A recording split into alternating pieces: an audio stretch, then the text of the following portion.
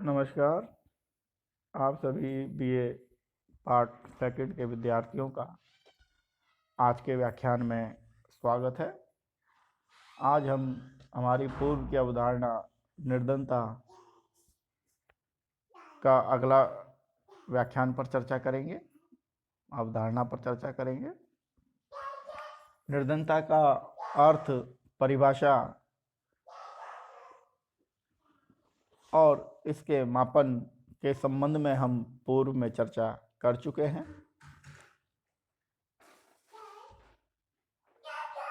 निर्धनता का प्रतिमान गरीबी की रेखा है और गरीबी की रेखा से आशय द पावर्टी ऑफ लाइन है। द पावर्टी ऑफ लाइन का जो मीनिंग है वह यह है कि ऐसे लोग जो इतनी भी पूंजी नहीं रख पाते जिससे वे प्रतिदिन की आवश्यकताओं की पूर्ति कर सके। अर्थात भारत में निर्धनता की जो रेखा है उसका जो अर्थ है वो इस रूप में लिया गया है कि वे लोग जो प्रतिदिन अपनी जो आवश्यकताएं हैं उनकी भी यदि वह पूर्ति नहीं कर पा रहे तो ऐसे लोग निर्धन ताकि गरीबी की रेखा से नीचे हैं, द पावर्टी ऑफ लाइन से नीचे होते हैं। एक दूसरा गरीबी का जो पैरामीटर भारतीय समाज में है वह है प्रतिदिन व्यक्ति को प्राप्त होने वाली कैलोरी। ग्रामीण क्षेत्रों में कैलोरी की मात्रा 2400 कैलोरी प्रतिदिन प्रति व्यक्ति और शहरी क्षेत्रों में 2100 कैलोरी प्रति व्यक्ति माना गया है। अर्थात ऐसा भोजन जो व्यक्ति को प्रतिदिन 2400 कैलोरी ऊर्जा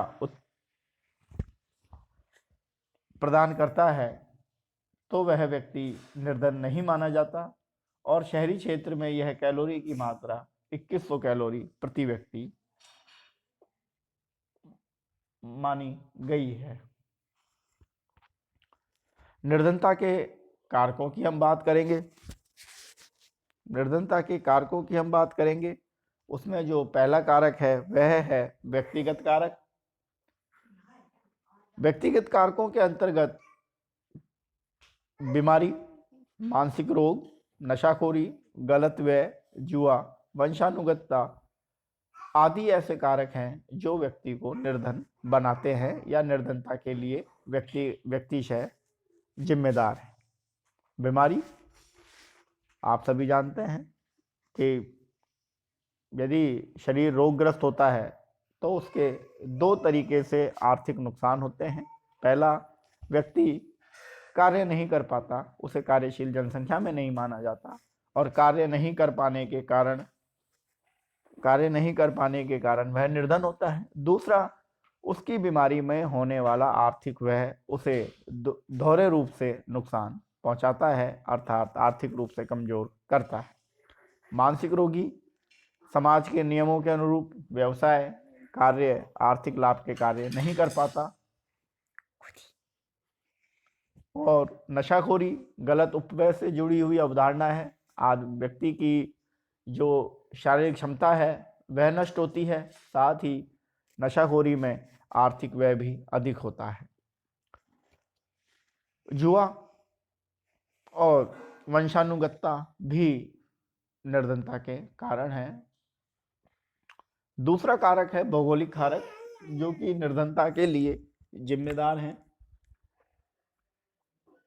भौगोलिक कारकों के अंतर्गत प्राकृतिक संसाधनों की कमी, जलवायु की विषम परिस्थितियां और प्राकृतिक प्रकोप, यह 3 भौगोलिक कारक हैं जो निर्धनता के लिए उत्तरदायी हैं। प्राकृतिक संसाधनों की कमी अर्थात पर्वतीय और रेगिस्तानी इलाकों में अधिकांश जनसंख्या निर्धनता या निर्धन होती है क्योंकि वहाँ आय के साधन सीमित होते हैं। इसी प्रकार जलवायु की विषम परिस्थितियां, अत्यधिक ठंड, अत्यधिक गर्मी, अत्यधिक वर्षा भी आपके आर्थिक लाभ में बाधक बनती है और निर्धनता के लिए उत्तरदायी हैं। इसी प्रकार प्राकृतिक प्रकोप, बाढ़ आ जाना, भूस्खलन हो जाना, भूकंप आ जाना भी व्यक्ति की जो संसाधनों की जो क्षमता है या व्यक्ति का जो एक सिस्टम है उसको नष्ट कर देते हैं, और ऐसी स्थिति में व्यक्ति आर्थिक ऋण या बोझ के तले दब जाता है और निर्धन हो जाता है। इसके पश्चात आर्थिक कारक। आर्थिक कारकों के अंतर्गत कृषि की मानसून पर निर्भरता, मुद्रास्फीति, असमान वितरण व्यवस्था और धन की कमी आदि के कारण व्यक्ति निर्धनता को बढ़ावा मिलता है। कृषि की मानसून पर निर्भरता, किसान अत्यधिक महंगे बीज, खाद आदि के माध्यम से जब जमीन पर कृषि कार्य करते हैं और उस समय पर मानसून नहीं आने पर उनकी समस्त कृषि नष्ट हो जाती है, तो ऐसी स्थिति में उन्हें जो व्यय किया था उसका भी भुगतान नहीं हो पाता और वह निर्धन हो जाते हैं। मुद्रास्फीति, एकदम से सामान की कीमतों का बढ़ जाना, मुद्रास्फीति। असमान वितरण व्यवस्था, अर्थात जहाँ जिसको आवश्यक है वहाँ उसको संसाधन उपलब्ध नहीं हो पाता, ऐसी स्थिति में भी निर्धनता को बढ़ावा मिलता है। उदाहरण के लिए महाराष्ट्र में प्याज अत्यधिक मात्रा में उगाया जाता है और किसी कारणवश उस प्याज का वितरण भारत के अन्य राज्यों में नहीं हो पाता, तो महाराष्ट्र के किसानों को वह प्याज बहुत सस्ते दामों में बेचना पड़ता है और ऐसी स्थिति में उन्हें अपनी लागत, फसल का लागत मूल्य भी प्राप्त नहीं हो पाता। इसलिए वितरण व्यवस्था का असमान होना भी निर्धनता को उत्पन्न करता है।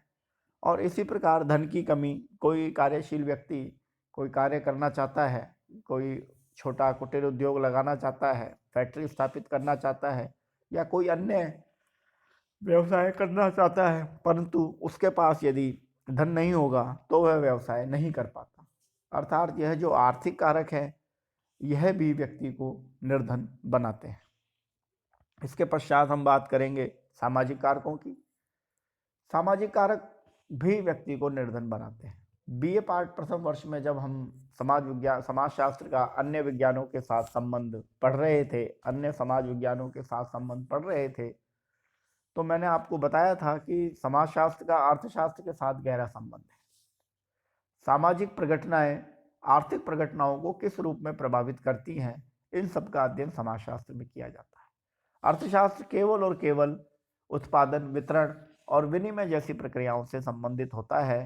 सामाजिक अध्ययन में अर्थशास्त्र का कोई उद्देश्य नहीं होता, परंतु समाजशास्त्र सामाजिक प्रघटनाओं का आर्थिक प्रघटनाओं पर पड़ने वाले प्रभावों का अध्ययन करने वाला विषय है।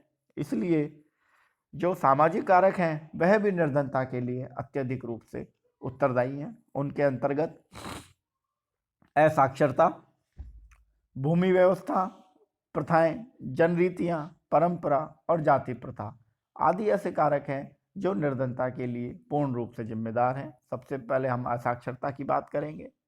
असाक्षर व्यक्ति अपने विवेक के आधार पर, अपनी समझ के आधार पर निर्णय तो ले सकता है, परंतु आर्थिक क्रियाओं में वह भाषा के अभाव में कई निर्णय नहीं कर पाता और ऐसी स्थिति में वह निर्धन बन जाता है। उदाहरण के लिए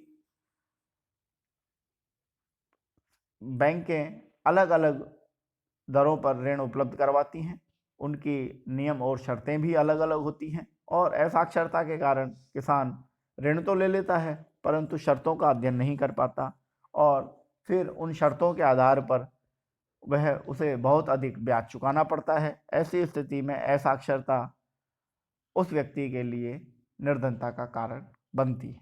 भूमि व्यवस्था, छोटी जोतों का निर्माण, असिंचित क्षेत्र में भूमि होना आदि ऐसे कारक हैं जो किसानों को, कृषक को निर्धन बनाते हैं। प्रथाएं, जनरीतियां, परंपराएं। भारतीय संस्कृति में परंपराएं, प्रथाओं और जनरीतियों का बहुत अधिक महत्व है। सामाजिक प्रतिष्ठा के नाम पर बहुत अधिक खर्चीली सामाजिक परंपराओं को वहन व्यक्ति करता है और कई बार उसके पास पैसा नहीं होता तो वह ऋण लेकर भी सामाजिक प्रतिष्ठा को बनाए रखने के लिए अपनी प्रथाओं, परंपराओं और जन रीतियों को बनाए रखता है। ऐसी स्थिति में वह व्यक्ति निर्धन से निर्धन बना जा सकता। उदाहरण के लिए मृत्यु भोज, वैवाहिक बोझ, जन्म संस्कार आदि पर बहुत अधिक पैसा खर्च करना पड़ता है। जाति प्रथा, भारत में जो जाति प्रथा है उसने व्यक्तिगत विकास, आर्थिक विकास में बहुत बड़ी बाधा उत्पन्न की है, ऐसा कार्ल मार्क्स का भी मानना है, मैक्स वेबर का भी मानना है। जाति प्रथा के कारण एक व्यक्ति दूसरे पेशे को नहीं चुन पाता और जाति प्रथा की रूढ़िवादिता एक व्यक्ति के आर्थिक विकास को रोकती है। ये ऐसे सामाजिक कारक हैं जो निर्धनता के लिए पूर्ण रूप से उत्तरदायी हैं। इसके अलावा कुछ राजनीतिक कारकों की भी हम चर्चा करेंगे। ये राजनीतिक कारण भी निर्धनता के लिए उत्तरदायी हैं। इनके अंतर्गत राजनीतिक अस्थिरता, युद्ध, आर्थिक नीतियां और आपातकाल जैसी घटनाएं जो राजनीति से जुड़ी हैं भी निर्धनता को बनाती। सबसे पहले राजनीतिक अस्थिरता। एक लोकतांत्रिक देश में किसी भी कारणवश सरकार नहीं चुनी जा सकती या सरकार का चयन नहीं हो पाता, तो ऐसी स्थिति में राजनीतिक अस्थिरता बनती है और राजनीतिक अस्थिरता वाले समाजों में, देशों में जो आर्थिक नीतियां हैं वो विफल हो जाती हैं, योजनाएं विफल हो जाती हैं और योजनाओं और नीतियों के विफल हो जाने के कारण आर्थिक विकास को नुकसान पहुंचता है। ऐसी स्थिति में निर्धनता तेजी से बढ़ती है। युद्ध, यह सभी जानते हैं कि युद्ध की स्थिति में व्यवसाय नहीं किया जा सकता। देश की जो राजनीतिक अस्थिरता है वह भी तेजी से बढ़ जाती है। इसलिए युद्ध निर्धनता के लिए जिम्मेदार है। आर्थिक नीतियां, किसी देश की आर्थिक नीतियां उस देश के आर्थिक विकास को प्रभावित करती हैं। यदि आर्थिक नीतियां नकारात्मक होंगी तो आर्थिक विकास भी नकारात्मक होगा और ऐसी स्थिति में निर्धनता भी तेजी से बढ़ेगी।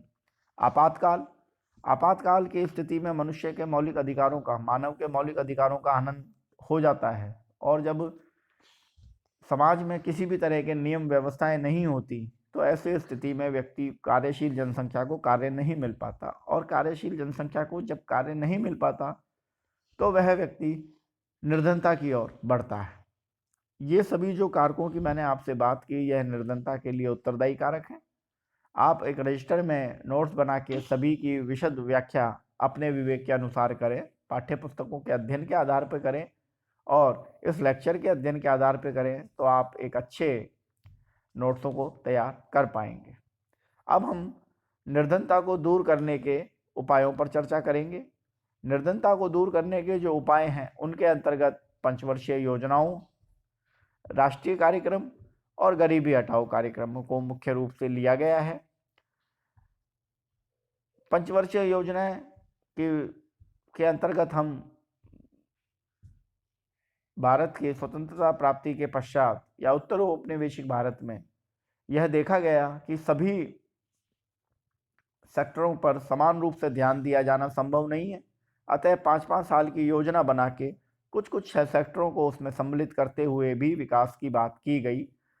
उदाहरण के लिए प्रथम पंचवर्षीय योजना औद्योगिक विकास के लिए थी, द्वितीय पंचवर्षीय योजना कृषि विकास के लिए थी और तृतीय पंचवर्षीय योजना इन दोनों के समुचित विकास के लिए थी। इस प्रकार से पंचवर्षीय योजनाएं बनाकर भारत में आर्थिक विकास को प्राप्त किया गया और आर्थिक विकास की स्थिति निश्चित रूप से निर्धनता को दूर करती है। इसी प्रकार राष्ट्रीय कार्यक्रमों की सहायता से विभिन्न राष्ट्रीय कार्यक्रम समय समय पर चलाए गए। ये राष्ट्रीय कार्यक्रम आर्थिक विकास को ध्यान में रखते हुए चलाए गए। उदाहरण के लिए साक्षरता, भूमि सुधार आंदोलन,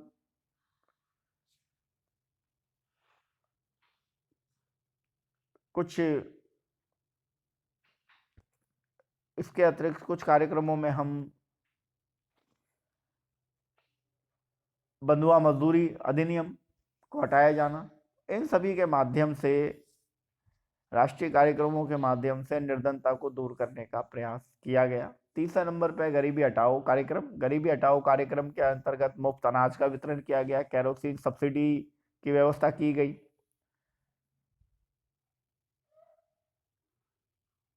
और किसानों को निःशुल्क उन्नत कृषि बीजों का वितरण, खाद का वितरण और नई नई तकनीकों के संबंध में ज्ञान उपलब्ध करवाया गया। इन कार्यक्रमों के माध्यम से निर्धनता को काफ़ी हद तक दूर किया गया। आज के व्याख्यान में हम निर्धनता के कारकों की चर्चा की, निर्धनता को दूर करने के उपायों की चर्चा हमने की और इस प्रकार हमारा जो निर्धनता की जो अवधारणा थी हमारे पाठ्यक्रम के अनुरूप वो हम पूरी कर चुके। अगले व्याख्यान में हम हमारी जो 4th यूनिट है इसकी अगली अवधारणा अशिक्षा को लेंगे। धन्यवाद।